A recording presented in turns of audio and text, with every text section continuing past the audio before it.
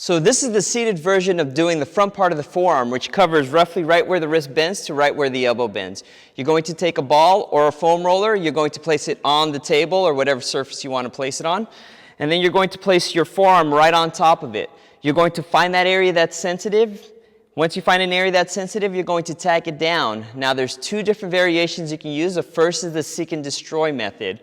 What I'm going to do right now is I'm trying to find the area that's sensitive by rolling towards my elbow or rolling towards my wrist. What you can also do, a variation, is you can turn your thumb upward or you can turn your thumb downward and do that exact same thing. So I'm scanning that area, trying to seek an area that's sensitive and pin it down. Once I find an area that's sensitive, I'm going to hold it there, take a deep breath in, and when I exhale, I'm going to add a little bit more pressure. I can use my hand or just put a little bit more weight into it until it desensitizes and melts. Once that happens, then I can progress to the next tissue and do the exact same thing.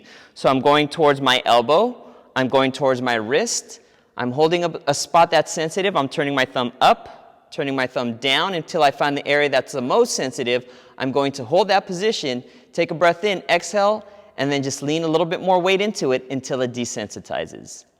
The second technique you can do is more of the pin and stretch. So I'm going to do the exact same thing. I'm going to find an area that's sensitive by scanning that area.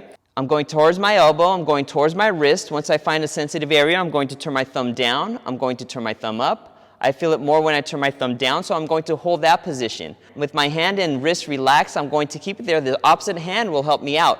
So what I'm going to do is I'm going to extend my fingers, extend my wrist, and hold it back with my other arm, and hold that position until it desensitizes. So again, fingers are straight, wrist goes back, and then I'm holding it back with my opposite arm, and hold that position until it desensitizes. Another method, another variation that you can use for the pin and stretch is, again, you're going to find that area that's sensitive, hold that spot, and then from there, what I'm going to do is I'm going to lean over it a little bit more until I feel an additional load. So right now, my hand is relaxed and my body is moving over it so my elbow bends.